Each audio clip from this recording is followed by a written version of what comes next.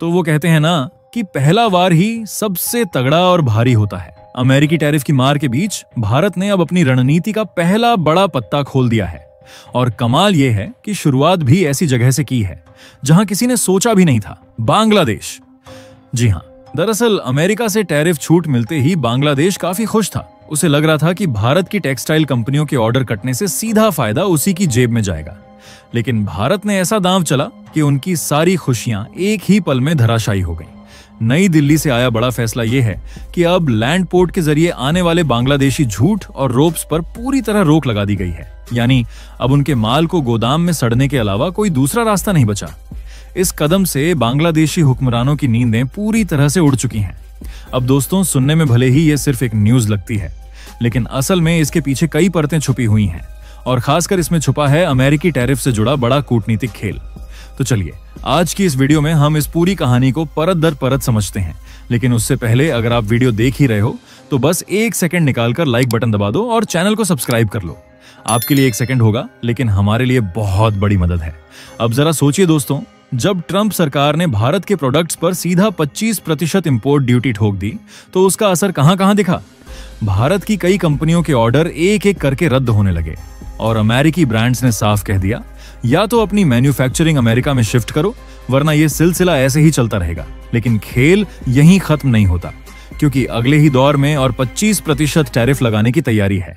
यानी भारत पर दबाव और भी बढ़ने वाला है। और ये छोटी बात नहीं है, क्योंकि अमेरिका भारत का सबसे बड़ा ट्रेड पार्टनर है, जिसके साथ सालाना लगभग 131 अरब डॉलर का व्यापार होता है। अब ऐसे हालात में भारत के सामने सवाल साफ है, आखिर इन टैरिफ का मुकाबला कैसे किया जाए? क्योंकि हमारा भारत जानता है कि अगर उसकी कंपनियां अमेरिका जाकर प्रोडक्शन शुरू भी कर दें तो भी कोई फायदा नहीं होगा। क्यों? क्योंकि अमेरिकी जमीन पर मैन्युफैक्चरिंग का मतलब है ज्यादा लेबर कॉस्ट, और इसका सीधा असर प्रोडक्ट की कीमत पर, यानी टैरिफ से महंगा और ऊपर से प्रोडक्शन कॉस्ट से और महंगा। ऐसे प्रोडक्ट अमेरिकी मार्केट में टिक ही नहीं पाएंगे। यही वजह है कि भारत ने साफ कर दिया, हम अपनी कंपनियां अमेरिका में तो बिल्कुल भी शिफ्ट नहीं करेंगे। इसके बजाय भारत ने दिमागी चाल चली है कि इन टैरिफ से होने वाले नुकसान को कैसे दूसरी दिशा से पूरा किया जाए। और कमाल यह है कि इस रिकवरी का पहला झटका भारत ने सीधा अपने पड़ोसी बांग्लादेश को दे मारा है। अब दोस्तों, वजह चाहे जो भी रही हो, लेकिन इतना तो पक्का है कि अब बांग्लादेश पूरी तरह भारत की मार झेल चुका है। नई खबर यही है कि भारत ने उन्हें एक और करारा झटका दिया है। सरकार ने कुछ ऐसे सामानों के आयात पर बैन लगा दिया है जिनके बिना बांग्लादेश का व्यापार लगभग अधूरा पड़ जाता है। ये सामान कोई और नहीं बल्कि उनके सबसे बड़े प्रोडक्ट्स झूठ और उससे बने माल हैं।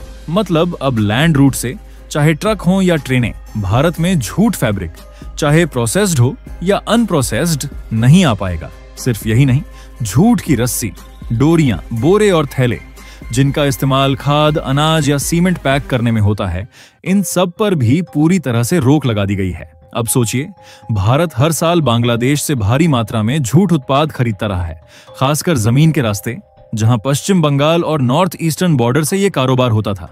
और क्योंकि झूठ इंडस्ट्री बांग्लादेश की अर्थव्यवस्था की रीढ़ है, लाखों लोग इसी से रोजगार पाते हैं। तो भारत के इस एक फैसले ने उनकी फैक्ट्रियों से लेकर रोजगार तक सबकी नींव हिला दी है। हालांकि बांग्लादेश भारत का बड़ा ट्रेड पार्टनर माना जाता है, लेकिन पिछले कुछ सालों में रिश्तों में आई खटास ने दोनों देशों के कारोबार को लगातार नीचे गिराया। अगर साल 2024 के आंकड़े देखें तो उस समय भारत का एक्सपोर्ट करीब 9 बिलियन डॉलर था, जबकि बांग्लादेश से आने वाला एक्सपोर्ट सिर्फ 1.57 बिलियन डॉलर। और अब पिछले महीनों में उनकी हरकतों का जवाब भारत ने एक एक करके दिया है, चाहे वो ट्रांसशिपमेंट सुविधा बंद करना हो या अब ये सीधा झूठ इंपोर्ट पर प्रतिबंध। अब जरा सोचिए दोस्तों, ये फैसला बांग्लादेश के लिए कितना भारी पड़ने वाला है, क्योंकि अकेले भारत ही हर साल करीब 266 मिलियन डॉलर का झूठ और उससे जुड़े सामान खरीदता था, और इसमें से लगभग 78% हिस्सा सिर्फ बांग्लादेश से आता था। यानी उनका पूरा कारोबार भारत पर ही टिका हुआ था। अब अगर बांग्लादेश का कुल झूठ एक्सपोर्ट देखें तो वो सालाना लगभग 855 मिलियन डॉलर है, और उसमें से भारत अकेले 1/3 से भी ज्यादा खरीदार था। अब जब भारत ने लैंड पोर्ट बंद कर दिया तो सोचिए उनकी हालत कैसी होगी। हाँ, पूरी तरह दरवाजा बंद नहीं हुआ है। समुद्री रास्ते यानी नावा शेवा पोर्ट से सामान लाने की इजाजत अभी है, मगर सच कहें तो ये रास्ता बांग्लादेशियों के लिए घाटे का सौदा है। क्योंकि शिपिंग कॉस्ट बढ़ने से प्रोडक्ट अपने आप महंगे पड़ेंगे और भारत में इनकी डिमांड गिर जाएगी। असल में भारत ने यह कदम सिर्फ राजनीति के लिए नहीं, बल्कि अपने किसानों और उद्योगों की रक्षा के लिए उठाया, क्योंकि बांग्लादेश अपने जूट उद्योग को भारी सब्सिडी देता है और इसी वजह से उनका माल यहां बहुत सस्ता पहुंच जाता था। भारत ने पहले एंटी डंपिंग ड्यूटी भी लगाई थी, मगर बांग्लादेशी व्यापारी तरह तरह की चालें चलकर बच निकलते थे। गलत पेपर्स, लूप होल्स, फर्जी रास्ते। नतीजा ये हुआ कि भारत में जूट की कीमत एमएसपी से नीचे चली गई, फैक्ट्रियां बंद होने लगीं और मजदूरों का बकाया लटक गया। खासकर पश्चिम बंगाल और बिहार जैसे राज्यों में लाखों परिवारों की रोजी रोटी खतरे में आ गई। इसलिए भारत ने अब पक्का कदम उठाया, बांग्लादेश के माल पर रोक लगाकर खुद अपने उद्योग को खड़ा करने की तैयारी कर ली। मतलब अब वही जूट भारत एक्सपोर्ट करेगा और कमाई भी भारत की झोली में गिरेगी। इधर बांग्लादेश सोच रहा है कि अमेरिका से मिली टैरिफ छूट से बड़ा फायदा होगा, लेकिन सच्चाई ये है कि हाथ में लॉलीपॉप पकड़ाया गया है और छकने का मौका ही नहीं मिलेगा, क्योंकि इधर भारत ने उनकी सप्लाई चेन ही तोड़ दी है और दूसरी तरफ भारत खुद पर लगने वाले 50% अमेरिकी टैरिफ से भी डटकर निपटने की तैयारी कर रहा है।